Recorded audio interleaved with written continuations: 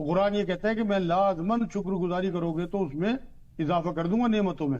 تو آپ دیکھیں کہ آگے کیسی توفیقیں آپ کو ملتی ہیں انشاءاللہ. مولانا تاج محمد اظہری صاحب بھی ہمارے ساتھ اس طرح میں بنے ہوئے ہیں. تو میرا سوال یہاں مجاز الحق صاحب آپ سے ہے، عید کے اصل معنی ہے کیا؟ اسے ہم سمجھے کیسے؟ کیا صرف وہ ہم نے نئے کپڑے پہنے، گھر میں سیویاں بنائی، عید یہاں تک محدود ہے؟ نہ اصل میں تو عید جو ہے یہ تو ایک تہوار ہے، خوشی کا دن ہے، اصل میں انعام کا دن ہے.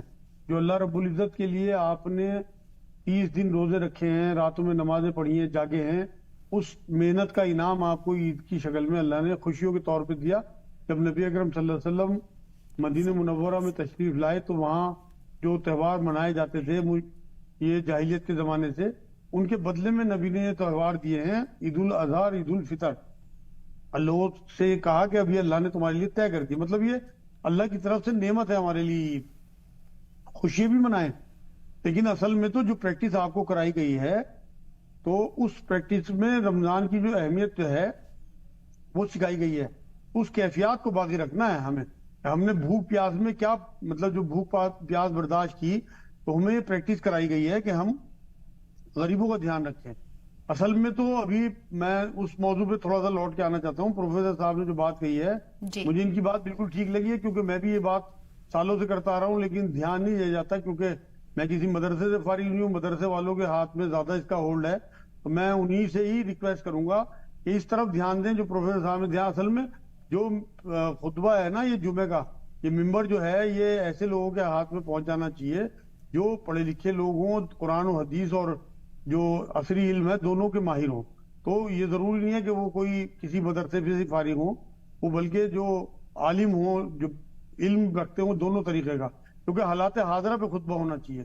اور یہ دوسرے صاحب نے، اظہری صاحب نے شاید یہ دوسرے صاحب نے بات کہی ہے کہ ایک ہی خطبہ پورے شہر کی مسجدوں میں، یہ بھی بہت اچھی تجویز ہے ان کی کہ ایک امام کمیٹی بن جائے اور وہاں سے جمعرات کو امام کی جو ہیڈ ہوں، وہاں کے پریزیڈنٹ اس شہر کے امام کمیٹی کے، وہ تمام اماموں کو ان کا رجسٹریشن ہونا چاہیے، ان کے فون نمبر ہونے چاہیے، ان پہ وہ خطبہ جو ہے وہ واٹس ایپ کر دیں یا ای میل کر دیں اور وہ خطبہ تمام مسجدوں میں پڑھا جائے. اگر آپ کے پاس بہت بڑے بڑے عالم امام رکھنے کے لیے نہیں ہے، لیکن ہم سارا ٹھیکرا جو ہے وہ ان پہ علماء دین پہ بھی نہیں پھوڑ سکتے.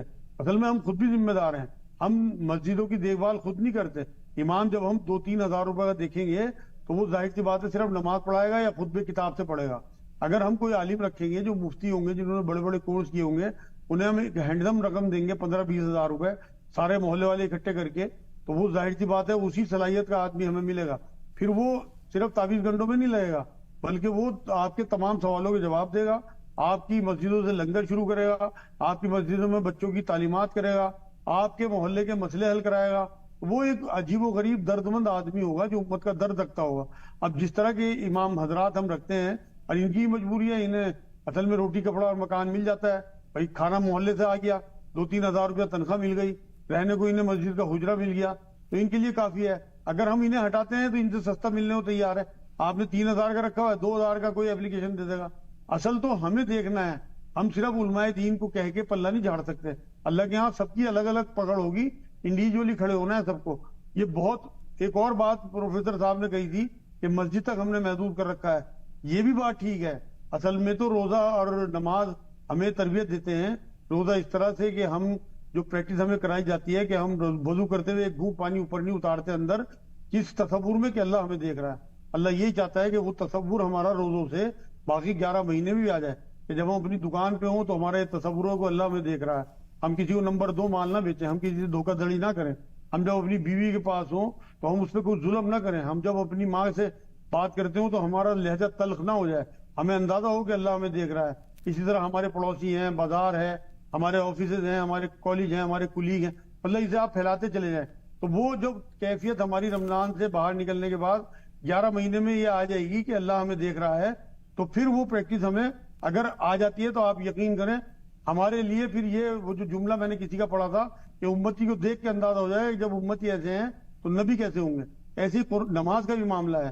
جو حدیث جبرائیل ہے اس میں نبی اکرم صلی اللہ علیہ وسلم نے جو سوال کیے تھے، انہوں نے یہی پوچھا تھا آگے جبرائیل علیہ السلام نے، ایک بوڑھے کی شکل میں آئے تھے کہ احسان کیا ہے، تو نبی اکرم صلی اللہ علیہ وسلم نے جواب دیا تھا کہ ایسی عبادت کر جیسے تو اللہ کو دیکھ رہا ہے، ورنہ اللہ تو تجھے دیکھ ہی رہا ہے۔ مطلب نماز ہمیں اس کیفیت کے ساتھ مسجدوں میں پڑھنی ہے کہ اللہ ہمیں دیکھ رہا ہے، اور بے وہ شک۔ کیفیت پھر ہمیں باہر لانی ہے۔ جس طرح میں روزے کی بات بتا رہا ہوں، اسی طرح نماز بھی، اگر وہ کیفیت نماز میں کہ اللہ ہمیں دیکھ رہا ہے، وہ کیفیت ہماری باہر آ گئی، بازار میں، ہمارے گھر میں، اور ہمارے آفس میں، ہمارے کالجز میں، ہماری کتابوں کی دکانوں پہ، ہماری ڈاکٹر کی دکان پہ، تو ہم ایکسپلائٹ نہیں کریں گے۔ آج تو آپ یہ دیکھیں کہ اسکولوں میں فیسوں کے ساتھ ساتھ جو ایکسپلائٹیشن ہو رہا ہے کتابوں کا اور ڈریسز میں، اندازہ کریے آپ جو مسلمان اسکول ہیں کس طرح جواب دیں گے جب آخری خطبے میں آخری نبی یہ بات فرما کے گئے ہیں، ایک دوسرے کی جان، ایک دوسرے کا مال، ایک دوسرے کی عزت تم پہ حرام ہے، تو کس طرح ایکسپلائٹ کر رہے ہیں لوگوں کو۔ اب آپ اسی طرح ڈاکٹروں کا مال، جو ڈاکٹر مسلمان ہیں انہیں کیا حق بنتا ہے کہ وہ صرف اپنی ہی دکان پہ دوائی رکھیں اور ان دوائیوں کو 2 روپے کی دوائی 200 روپے میں بیچیں؟ تو یہ سب ایکسپلائٹیشن ہے، اس طرف دھیان دینا چاہیے۔ اصل میں ٹھیک تو ہے میں سر۔ کہتا ہوں کہ اپنے بچوں کو ڈاکٹر نہ بنائیں بلکہ مسلمان ڈاکٹر بنائیں، پروفیسر نہ بنائیں بلکہ مسلمان پروفیسر بنائیں۔ جب اس امت کا حق ادا ہوگا، نبی ہمیں یہ سکھا کے گئے ہیں کہ ہمیں، قرآن نے یہ بات کہی ہے کہ تمہیں خیر الامت پیدا کیا گیا، تم لوگوں کی بھلائی کے لیے برپا کیے گئے ہو، تم لوگوں کو اچھائی کی تلقین کرتے ہو، برائی سے روکتے ہو، اسی لیے تمہیں خیر الامت کہا۔ تو اگر ہمیں خیر الامت کا فریضہ انجام کو یاد کریں کیونکہ اللہ آپ کو یاد کرتا ہے۔ بے شک۔ مجاز الحق صاحب۔ عید کی بہت بہت مبارکباد تمام ناظرین کو، تمام اسٹاف کو۔ بس کی طرف سے تو وہ یہ سمجھ لیں کہ جو اللہ نے ہمیں رمضان میں تحفہ ہے قرآن اور نماز، اسے اللہ کے نہ چھوڑیں، جو اللہ نے ہمیں پریکٹس کرائی اس میں، اور دوسرے کریکٹر بلڈنگ کریں۔ کہ جو پروفیسر صاحب کا ہے وہ مجھے اندازہ ہے اس بات کا، انڈیویجولی ہمیں ٹھیک کرنا ہے۔ تک فرد ٹھیک ہوگا تو اللہ معاشرہ تشکیل پائے، اور پھر یہ اصل میں بات ابھی کہی ہے نا کہ مذہب کی غلطی نہیں ہے، اس میں واقعی مذہب کے ماننے کی غلطی ہے جو بڑھنا نے کہا تھا۔ تو یہ ہم بھی محسوس کرتے ہیں کہ اسلام کو میں نے الحمدللہ اتنی استطاعت کی پڑھا، اس میں کوئی جھوٹ مجھے نظر نہیں آیا اب تک الحمدللہ، لیکن مسلمان کریکٹر میں واقعی غلط، تو ہم انڈیویجولی الگ اپنی اور اپنی فیملی تبلیغ کریں، اور وہ سے انشاءاللہ تعالیٰ جھنڈا لے کے اٹھیں کہ اللہ یہ پرچم ہے اسلام کا چاروں طرف، ہر جگہ لا الہ الا اللہ محمد رسول اللہ۔